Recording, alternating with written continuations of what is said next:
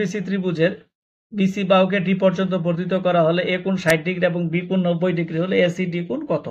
তাহলে এটা হচ্ছে এ কোণ, এটা হচ্ছে আমার বি কোণ, এটা হচ্ছে আমার সি কোণ।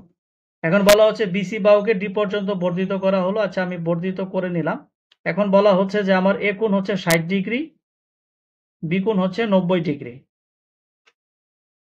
এখন বলছে যে এসিডি কোণ কত, আমার এই কোণটা কত হবে? যে বহিস্থ কোণের মান, বহিস্থ কোণের মান বিপরীত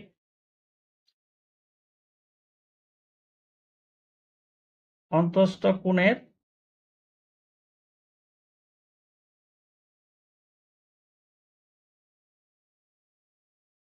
সমষ্টির সমান।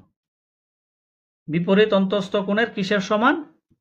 অন্তস্থ কোণের সমষ্টির সমান। এখন কন্ডিশনটা, আমি রিলেশনটা স্থাপন করার চেষ্টা করি যে বহিস্থ কোণের মান, এখানে বহিস্থ কোণের মান বিপরীত অন্তস্থ কোণের সমষ্টির সমান। তাহলে বিপরীত অন্তস্থ কোণ আমার কত আছে? 60 এবং 90। তাহলে বহিস্থ কোণের মান বিপরীত অন্তস্থ কোণের সমষ্টির সমান। তাহলে এই দুইটা যদি আমি যোগ করি, এটা হচ্ছে আমার 150। তার মানে আমার এখানে বহিস্থ কোণের মান যা হবে, বিপরীত অন্তস্থ কোণ দুইটা যোগ করলে তার সমষ্টি তাই হবে। অর্থাৎ এই দুইটা যোগ করলে হচ্ছে আমার 150। তার মানে সেম বহিস্থ কোণের মান আমার বিপরীত অন্তস্থ কোণের, এটা হচ্ছে অন্তস্থ কোণ, এটা হচ্ছে অন্তস্থ কোণ, অন্তস্থ কোণের সমষ্টির সমান। তার মানে এটা হবে আমার 150।